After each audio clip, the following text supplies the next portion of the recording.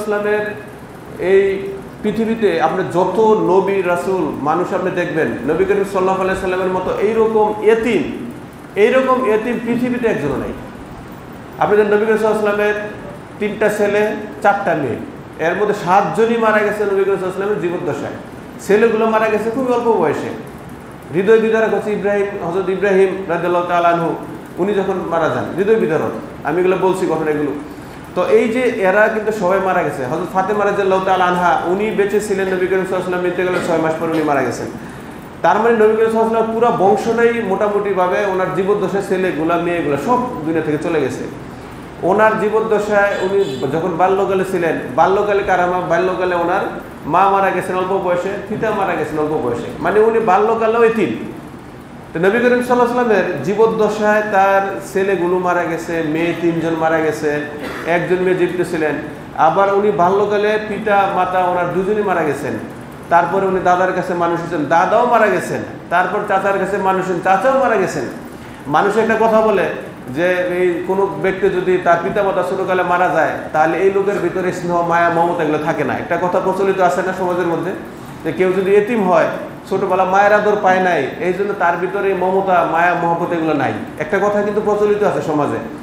কেউ যদি কোনো এতিম ছেলের কাছে কেউ মেয়ে সহজে বিয়েতে চায় না, যে এটা তো মা সারা বড় হয়েছে, এর ভিতরে কিন্তু দয়া মায় নাই, বা কোনো মেয়ে অন্য এরকম কথা বলে মানুষ সমাজে, কিন্তু এই কথাটা প্রচলিত আছে যে পিতা মাতা সারা বড় হয়েছে, তার ভিতরে দয়া মায়া কম। রাসূল করিম সাল্লাল্লাহু আলাইহি ওয়াসাল্লাম কার কাছে বড় হয়েছেন? কার কাছে? উনি পিতা মাতার কাছে বড় হয়েছেন?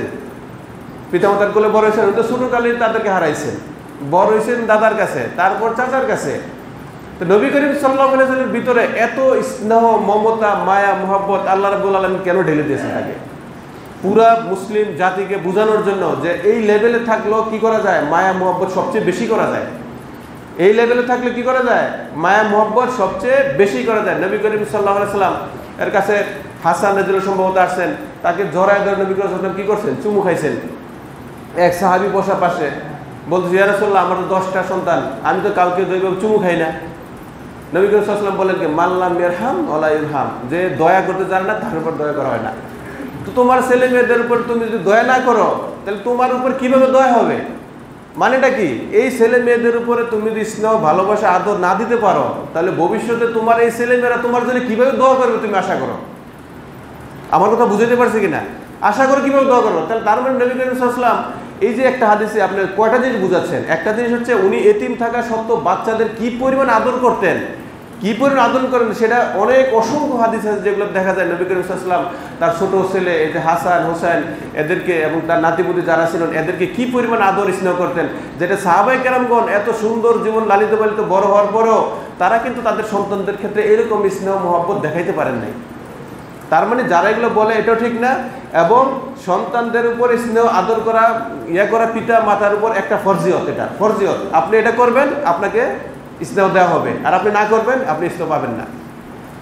আপনি যদি স্নেহ করেন সন্তানদের উপর আপনি স্নেহ পাবেন, ভালোবাসা পাবেন, আর যদি না করেন আপনি পাবেন না। হাদিসের ব্যাখ্যাটা কিন্তু এইগুলোই, আপনি করতে হবে এটা। এই জন্য নবী করিম সাল্লাল্লাহু আলাইহি ওয়াসাল্লামের এই বাণীগুলো ছিল অত্যন্ত কঠিন, ছোট ছোট বাক্য, কিন্তু কথাগুলো ছিল অত্যন্ত জটিল, অত্যন্ত বিস্তৃত ছিল এই কথার ব্যাখ্যাগুলো।